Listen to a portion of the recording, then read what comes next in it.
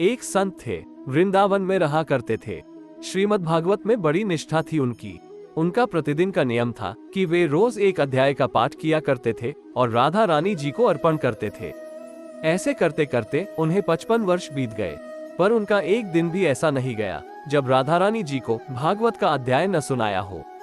एक रोज वे जब पाठ करने बैठे तो उन्हें अक्षर दिखाई ही नहीं दे रहे थे और थोड़ी देर बाद तो वे बिल्कुल भी नहीं पढ़ सके।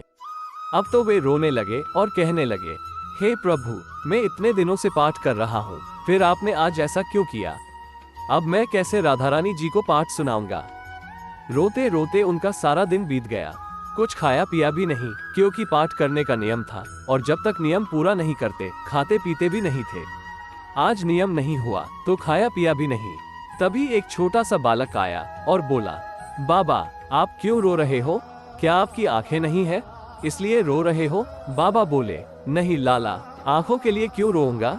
मेरा नियम पूरा नहीं हुआ इसलिए रो रहा हूँ। बालक बोला, बाबा, मैं आपकी आंखें ठीक कर सकता हूँ, आप ये पट्टी अपनी आंखों पर बांध लीजिए। बाबा ने सोचा, लगता है वृंदावन के किसी वैद्य का लाला है, कोई इलाज जानता होगा। बाबा ने आंखों पर पट्टी बांध ली और सो गए। जब सुबह उठे और पट्टी हटाई तो सब कुछ साफ दिखाई दे रहा था। बाबा बड़े प्रसन्न हुए और सोचने लगे, देखूं तो उस बालक ने पट्टी में क्या औषधि रखी थी। और जैसे ही बाबा ने पट्टी को खोला तो पट्टी में राधा रानी जी का नाम लिखा था। इतना देखते ही बाबा फूट फूट कर रोने लगे और कहने लगे, वाह किशोरी जी, आपके नाम की कैसी अनंत महिमा है। मुझ पर इतनी कृपा की और श्रीमद् भागवत से इतना प्रेम करती हो कि रोज मुझसे श्लोक सुनने में राधा रानी जी आपको भी आनंद आता है।